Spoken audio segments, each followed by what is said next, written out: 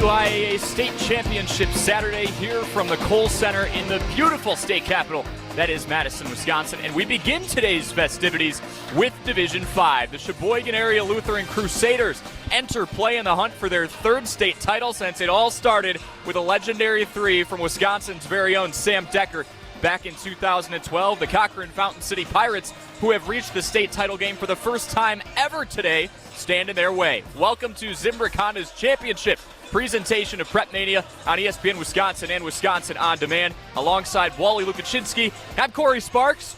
Wally, the lights don't get any brighter than this, and it's dynasty versus potential newfound history here this morning. Bembenek drives inside, looking for the hoop. Boylan's draped all over him.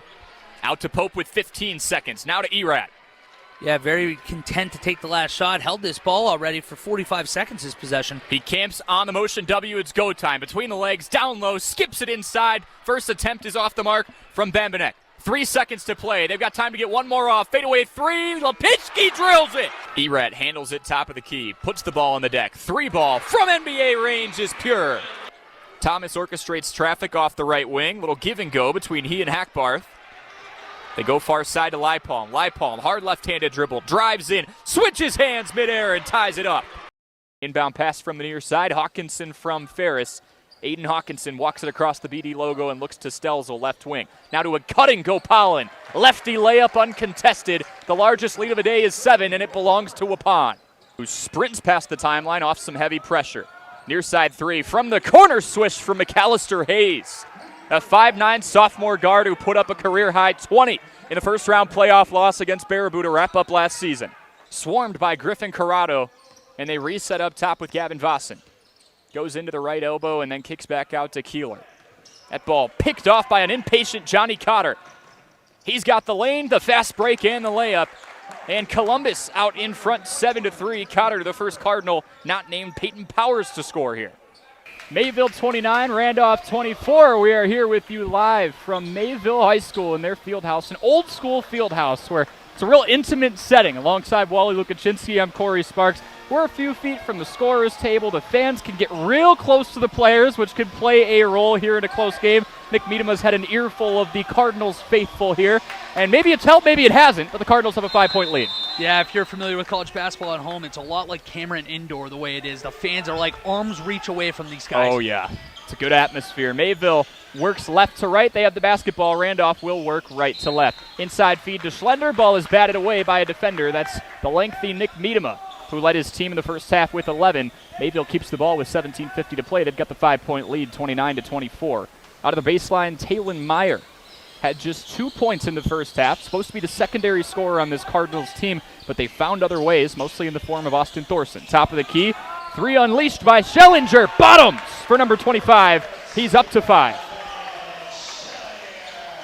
Been the one to pull the trigger all year from three for this team. His fourth one already of the year. Team high for him. It's 32-24, that 8-point lead, the largest of the day for Mayville. It doesn't last long. Here comes Miedema, backdoor off the left side of the backboard, right hand, and it is 32-26. Miedema up to a total of 13. Here comes Schlender across the logo with 17-17 to play. He works right wing to left wing and goes high above his head, pushing the pass over to Middlestat near corner. Middlestat drives up through the lane, reverse layup, little finger roll to make it 34-26. Middlestat has had an effect on this game, but that's actually his first 2 points of the evening. Yeah, and a great jump step, splitting the double team there and lays it in, to your point. Great finger roll. Buwalda closely guarded by Middlestat, had the press on. Schlender got a hand in the cookie jar. A foul called with 16:55 to play. And there again is that wreaking of havoc that head coach Brett Kermsey wants to see on defense. The press is on. Randolph working into the baseline, into Paul, back out to Troy Logan. Top of the key to Buwalda. Swings far side, back into the lengthy Miedema. Takes on a couple defenders. He doesn't mind. He's got 4 in the second half, up to 15. It's 34-28. Back and forth we go. Randolph within 6. Mayville with the ball. Thorson thinks about it from the outside, goes for a teardrop pass in. Schellinger cannot get it. It's picked away by Buwalda. Buwalda slicing and dicing left to right, gets Schlender on his back, looks far side. Gorsuch thought about a three, goes to the free throw line extended, now off the right elbow. Inside feed to Miedema, who is blocked but then fouled by Middlestat. 6-foot junior meets 6'7" senior, and the junior got up there. He did. I was going to say, might have been a little body, but he got most of the ball there. I was a little surprised we got a whistle. Miedema marches up to the line. went 2 for 2 on his first trip up, 34-28. With 16:23 to play, that high arcing free throw stroke gives him 5 already here in the second half, 16 in total. Miedema has his team back to within 5. It's 34-29. Been no surprise. Every possession so far this half has really gone through Miedema down low. 3 hard dribbles onto the Mayville hardwood. Miedema swishes another one home.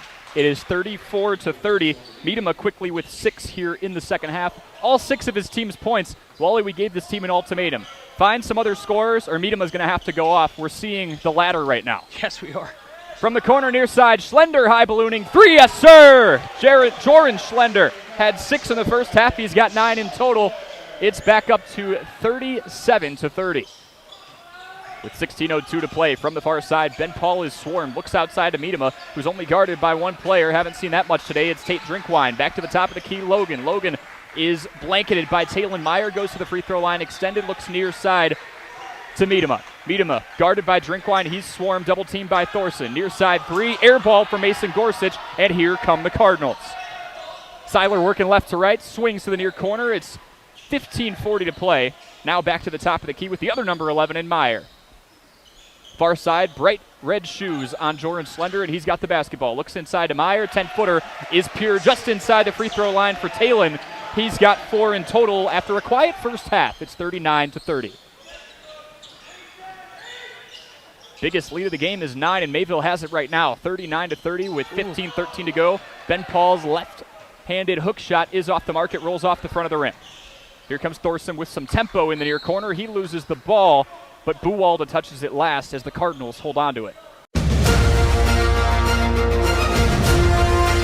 The Beaver Dam girls basketball team is now 8-2 overall and fresh off of a 59-50 road victory in DeForest. They take on Monona Grove tonight at the BDHS Fieldhouse. Let's welcome in head coach TJ Julka. Coach, could I get your general response to that win against DeForest and how important that one was before getting back home here for the first time in a while? Well, yeah, it is nice to get home, first of all, for sure. Yeah, I mean, obviously, playing on the road in conference is always tough. So, we got that one after coming off a loss. It was good to get a bounce back win. DeForest is a good team. I guess I do kind of want to circle back there. I'm looking at the schedule. I know you had the middle school game in there against Milton. This is the first time since December 17th you're going to have a true home game.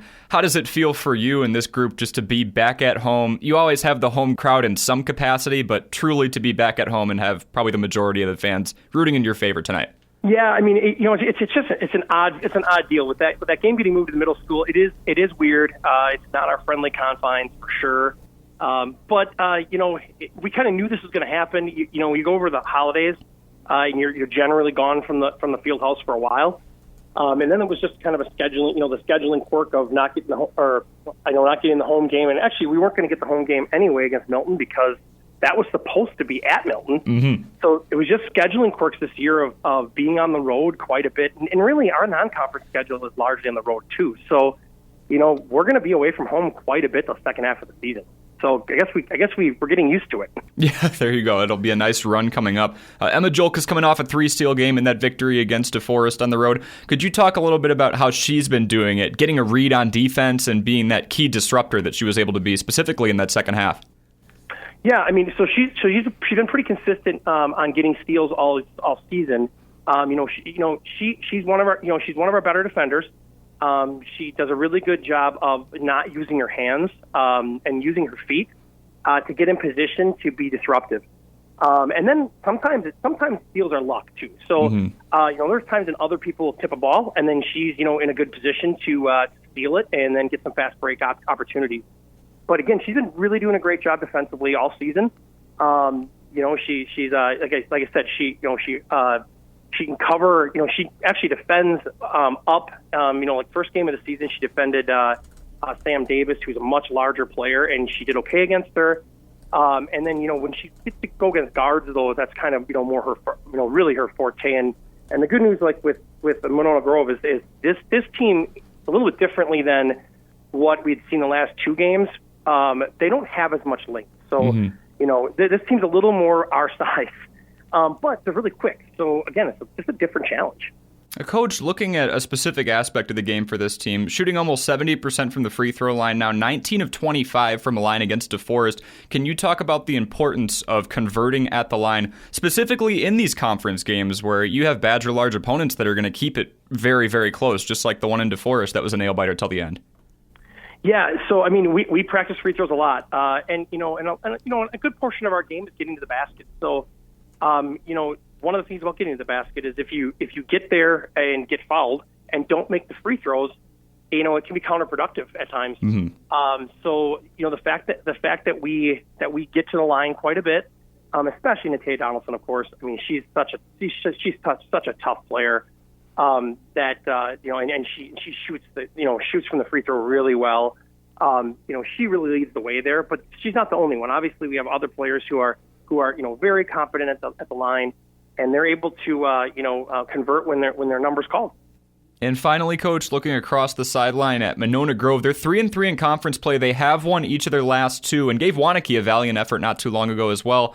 What have the Silver Eagles been doing so well as of late in your eyes, and what does your group need to accomplish tonight to stop them?